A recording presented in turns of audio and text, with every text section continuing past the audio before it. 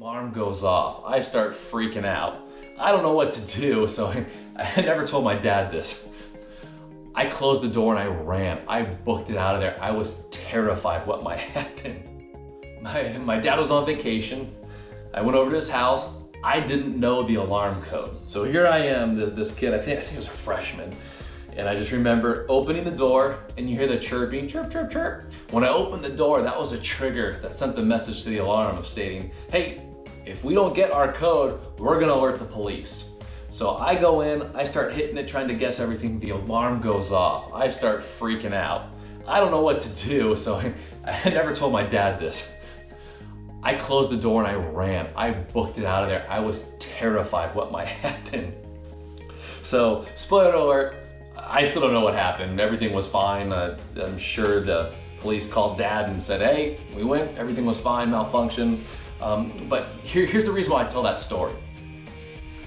It's incredible how we tend to avoid triggers because in our mind we think it avoids the pain, but it's actually the triggers that help us heal. It's the triggers that make us aware of what's going on. It's the triggers that once recognized actually protect us. I know, hopefully a few of you right now are like me when I was thinking of this, kind of like, whoa, that is so deep.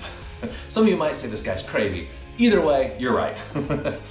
But so as we look at this, we can start identifying triggers. So many people look to avoid triggers. They go, gosh, if I just didn't get triggered, I would be completely fine.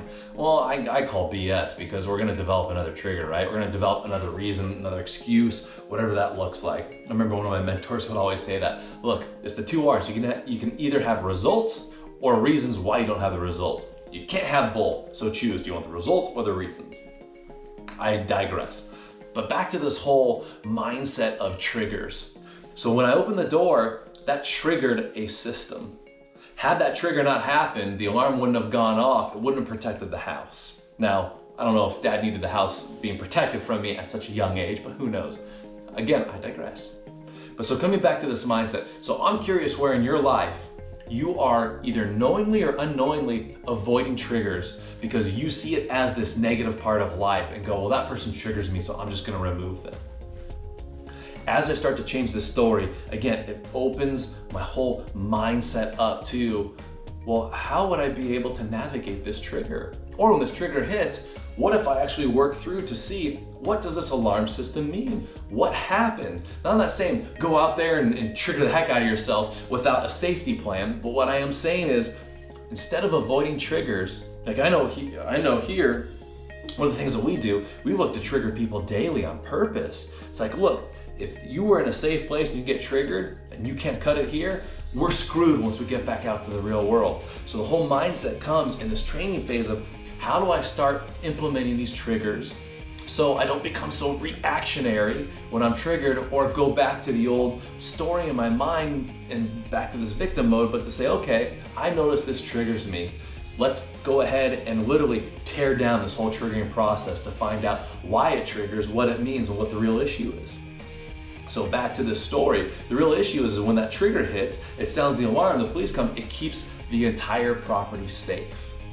So back to applying it real time, when I see a trigger, instead of avoiding it, of going, oh, okay, this trigger is somehow popping up because I think it's a way to keep me safe. Now, how do I respond to this trigger? Because the trigger, we tend to go, oh, it's gonna save me, and go, I don't wanna deal with this, I'm gonna go use. So you can see how this cycle really begins to open itself up as we start to ask these more difficult questions. So today's challenge for you is to find out, next time you're triggered, don't go into gut reaction. Try to spend some time through it.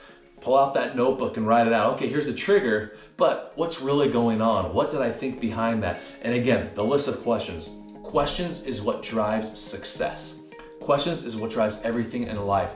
If you ask crappy questions, you get crappy answers, you get a crappy life. Once we start asking really good questions, we start finding really good answers. It takes longer though, but we start finding really good answers and we start living that real fulfilling life. So hope you got a lot of value from this today of looking at triggers in a complete different way. Instead of trying to avoid them or pushing them down, to recognize them and to find out what the story is behind it so you can help heal.